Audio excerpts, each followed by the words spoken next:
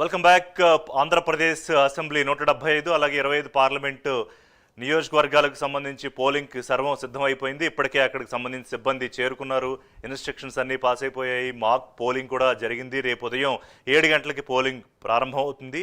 ఈ ఎన్నికలకు సంబంధించి హోరీ పోరు కేవలం ఆంధ్రప్రదేశ్ మాత్రమే కాదు, ఇటు తెలంగాణతో పాటు అనేక రాష్ట్రాల్లో ఉన్న తెలుగు ప్రజలు, ప్రపంచవ్యాప్తంగా ఉన్న తెలుగు ప్రజలు కూడా ఈ ఎన్నికలో ఏం జరుగుతుందని చాలా ఆసక్తిగా చూస్తూ ఉన్నారు. ఇప్పటికే హైదరాబాద్ నుంచి అనేక మంది ఆంధ్రప్రదేశ్కి వెళ్ళారు, ఇంకా చాలామంది వెళ్తూ ఉన్నారు. ఇటు బస్సులు, ట్రైన్లు, సొంత వాహనాల్లో అనేక మంది, లక్షల మంది ఇక్కడి నుంచి ఆంధ్రప్రదేశ్కి తమ ఓటు హక్కు వినియోగించుకోవడానికి వెళ్తున్నారు. గతంలో కన్నా ఈసారి పోలింగ్ పర్సంటేజ్ పెంచాలని, పెరుగుతుందని ఎలక్షన్ కమిషన్ ఆశాభావం వ్యక్తం చేస్తోంది. మనం కూడా ఎక్కువ మంది పోలింగ్లో పార్టిసిపేట్ చేయాలని పిలుపునిస్తూ ఉన్నాం.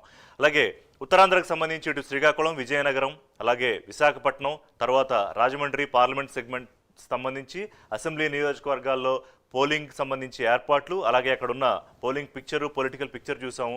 ఒకసారి అనకాపల్లి వెళ్దాం. మరో ముఖ్యమైన పార్లమెంటు నియోజకవర్గం అనకాపల్లి నియోజకవర్గానికి సంబంధించి పార్లమెంట్ నియోజకవర్గంలో ఏ అసెంబ్లీ సెగ్మెంట్స్ కవర్ అవుతున్నాయో ఒకసారి చూద్దాం. అనకాపల్లి, యలమంచిలి, చోడవరం, అలాగే నర్సీపట్నం, పాయికరావుపేట, పెందుర్తి, మాడుగుల, ఈ 7 అసెంబ్లీ సెగ్మెంట్స్ అనకాపల్లి పార్లమెంటు నియోజకవర్గం పరిధిలోకి వస్తాయి. అక్కడ మొత్తం ఓటర్లు 17.5 లక్షల మంది ఉన్నారు సుమారుగా. 2019 పోలింగ్ పర్సంటేజ్ చూసుకుంటే అక్కడ 81.54 పోలింగ్ పర్సంటేజ్ నమోదైంది. 80% దాటిన కొన్ని పార్లమెంట్ సెగ్మెంట్స్లో చూసుకుంటే అనకాపల్లి ఒకటి. ప్రస్తుతం అక్కడ పోలింగ్ కేంద్రాల సంఖ్య 1529 ఉంటే దాదాపు సుమారుగా 350 దాకా కొంత ప్రాబ్లమేటిక్, సమస్యాత్మక పోలింగ్ కేంద్రాలని ఎలక్షన్ కమిషను గుర్తించింది. ఎన్నికల విధుల్లో ఎంతమంది ఉన్నారు, ఓవరాల్గా అక్కడ ఏర్పాట్లు ఎలా ఉన్నాయి, ఈ డీటెయిల్స్ అన్ని నాకు మా కరెస్పాండెంట్ రాజు లైవ్లో ప్రజెంట్ చేస్తారు. రాజు, ఓవర్ టు యూ. ప్రస్తుతానికి మనం అనకాపల్లి పార్లమెంట్ నియోజకవర్గానికి సంబంధించి చూసుకున్నట్లయితే ఏదైతే 7 నియోజకవర్గాలు ఉన్నాయో 7 నియోజకవర్గాలకు సంబంధించినంత వరకు కూడా 7 నియోజకవర్గాలకి ఒక్కొక్క నియోజకవర్గానికి ఒక్కొక్క ప్రత్యేకత ఉందని చెప్పుకోవచ్చు. ఎందుకంటే అటు ఈస్ట్ గోదావరి నుంచి స్టార్ట్ అవ్వంగా, అంటే ఈస్ట్ గోదావరి ఎండ్, అదే వైజాగ్ స్టార్ట్ అవ్వగానే పాయకరావుపేట నియోజకవర్గం వస్తుంది. దాని తర్వాత యలమంచిలి నియోజకవర్గం వస్తుంది.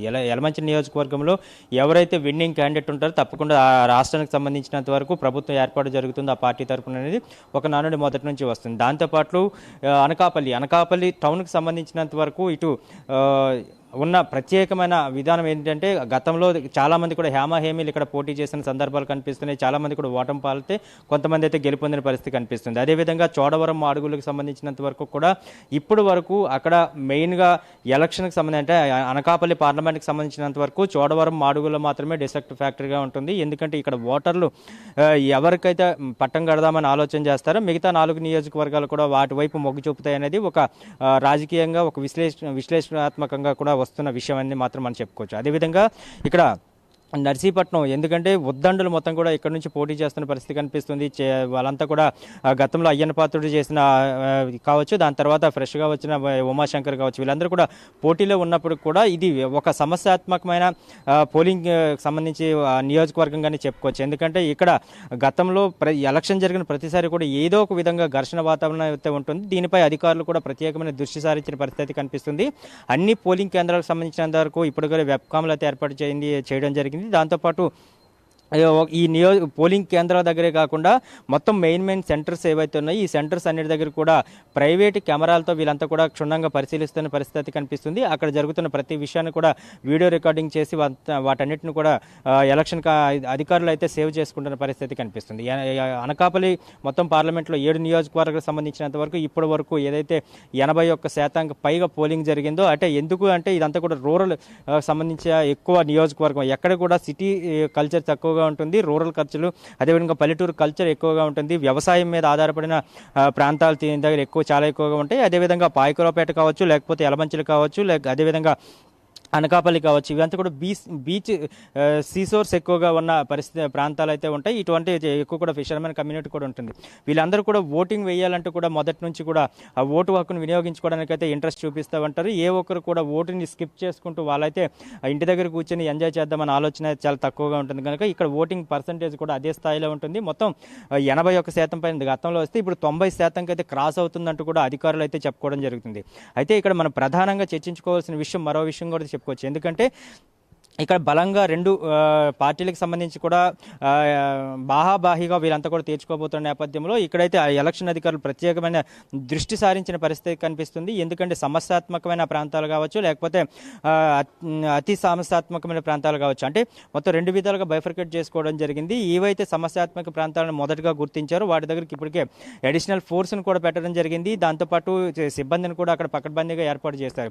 దాంతోపాటు ఏదైతే ఈ అడిషనల్ ఫోర్స్ని పెట్టారు, అడిషనల్ ఫోర్స్ని పెట్టిన వాటన్నింటిని కూడా ఒక సమస్యాత్మకమైన ప్రాంతాలుగా అది కాకుండా అత్యంత సమస్యాత్మకమైన ప్రాంతంగా ఏదైతే నర్సీపట్నం నియోజకవర్గాన్ని గుర్తించారో ఇక్కడ కూడా ప్రత్యేకమైన ఏర్పాటు చేశారు. ఎందుకంటే ఇక్కడ ఏజెన్సీ బార్డర్ ఆనుకుని నర్సీపట్నం ఉంటుంది కనుక ఇక్కడ ఎక్కువగా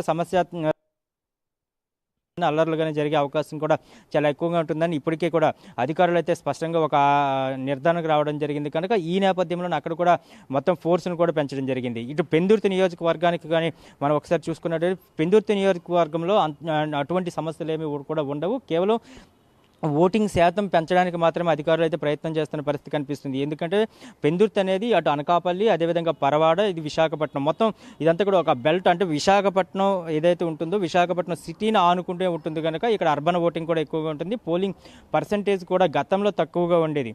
మిగతా 6 నియోజకవర్గాలతో పోల్చుకునేటప్పటికైతే పెందుర్తి నియోజకవర్గంలో పోలింగ్ ఒక శాతం తక్కువగా ఉంటుంది కనుక ఈసారి దాన్ని కూడా పెంచాలంటూ కూడా అధికారులు అయితే ఒక ఆలోచన చేస్తున్న పరిస్థితి కనిపిస్తుంది. ఓటర్లందరికీ కూడా చైతన్యపరిచే విధంగా మొత్తం ప్రయత్నం అయితే చేస్తున్నారు. ప్రతి గ్రామంలో కూడా మాక్ పోలింగ్ నిర్వహించడం కావచ్చు, లేకపోతే పోలింగ్కి సంబంధించి అవగాహన కల్పించడం కావచ్చు, ఓటు హక్కు వల్ల తమకు వచ్చే లాభాలు ఏంటి, అసలు ఓటు హక్కుని ఎందుకు వినియోగించుకోవాలనే దాని మీద కూడా పూర్తి స్థాయిలో కసరత్తు చేస్తున్న పరిస్థితి కనిపిస్తుంది. ఇప్పటి వరకు చూసుకునేటప్పుడు ఈ పోలింగ్ కేంద్రాలు ఏర్పాటు చేయడం, అదేవిధంగా పోలింగ్ కేంద్రాల్లో వెబ్ కెమెరాలు ఏర్పాటు చేయడం, అదేవిధంగా వాళ్ళందరినీ కూడా పోలింగ్ కేంద్రాల దగ్గరికి వచ్చిన వాళ్ళకి మాత్రమే సజావుగా వాళ్ళ ఓటు హక్కు ఇంటికి వెళ్ళే ప్రయత్నం చేయడానికి మాత్రమే అధికారులు ఈ ఒక అంశాల మీద మాత్రమే దృష్టి సారించేవాళ్ళు. కానీ ఇక్కడ పర్టికులర్గా ఈ ఎలక్షన్కి సంబంధించినంత వరకు అధికారులు అయితే పోలింగ్ పర్సంటేజ్ని పెంచాలంటూ మాత్రం ఒక ఆలోచన చేశారు. గత నెల రోజుల నుంచి కూడా ప్రతి గ్రామంలో కావచ్చు, మండల స్థాయిలో కావచ్చు, పంచాయతీ స్థాయిలో కావచ్చు, ప్రతి దీంట్లో గ్రామ వార్డు సచివాలయాలకు సంబంధించినంత వరకు కావచ్చు, ప్రతి ఒక్కరు కూడా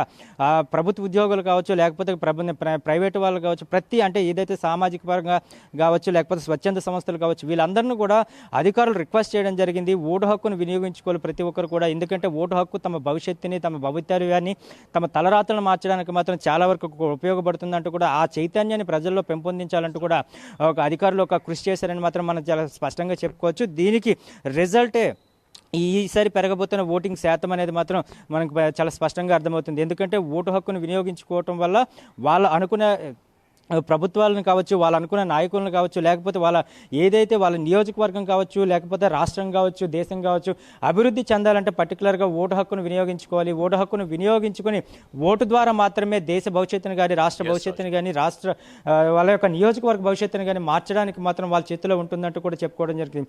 మొత్తం ఓవరాల్గా చూసుకునేప్పటికీ ఒక పోలింగ్ శాతం పెంచడానికి అయితే అధికారులు ఒక విధంగా ప్రయత్నం అయితే చేస్తున్న పరిస్థితి కనిపిస్తుంది. ఇప్పటికే ఈ ఇతర దేశాల నుంచి కావచ్చు, రాష్ట్రాల నుంచి కావచ్చు, అదేవిధంగా పక్క రాష్ట్రాల నుంచి కావచ్చు, వీళ్ళంతా కూడా ఇప్పుడు ఓటు వినియోగించుకోవడానికి అయితే వాళ్ళ సొంత గ్రామాలకు అయితే చేరుకోవడం జరుగుతుంది. ప్రతి ఒక్కరు కూడా ఈ ఓటింగ్లో పార్టిసిపేట్ చేయాలి. ఎవరు కూడా ఓటు హక్కు వినియోగించుకోకుండా ఉండకూడదు అంటూ కూడా అధికారులు అయితే చాలా స్పష్టంగా వాళ్ళందరూ కూడా చైతన్యపరుస్తున్న పరిస్థితి అయితే కనిపిస్తుంది. ఓవరాల్గా ఒక ఓటింగ్ శాతం పెరిగినట్లయితే మాత్రం ఈసారి ఏపీలో గతంలో ఉన్న ఓటింగ్ శాతం కంటే ఈసారి ఓటింగ్ శాతం తప్పకుండా పెరుగుతుంది. తప్పకుండా మంచి రిజల్ట్స్ కూడా వస్తాయంటూ కూడా ఆశిస్తున్న పరిస్థితి కనిపిస్తుంది. ఓవరాల్గా అనకాపల్లి నియోజకవర్గానికి సంబంధించినంత వరకు కూడా ఉన్న ఆ అంశాలు, భౌగోళిక అంశాలు ప్రతి ఒక్కదాన్ని కూడా చర్చించుకొని అధికారులు అయితే ఏర్పాట్లు చేస్తారని చెప్పుకోవచ్చు. Thank you Raju. సో ఇది అనకాపల్లి పార్లమెంట్ నియోజకవర్గానికి సంబంధించి అసెంబ్లీ సెగ్మెంట్ సంబంధించిన పిక్చర్. ఇక ఒకసారి గోదావరి జిల్లాలకు సంబంధించి మరో పార్లమెంటు సెగ్మెంట్ రాజమండ్రి అనే సరికి వెంటనే గుర్తొచ్చేది అక్కడ ఎప్పటి నుంచో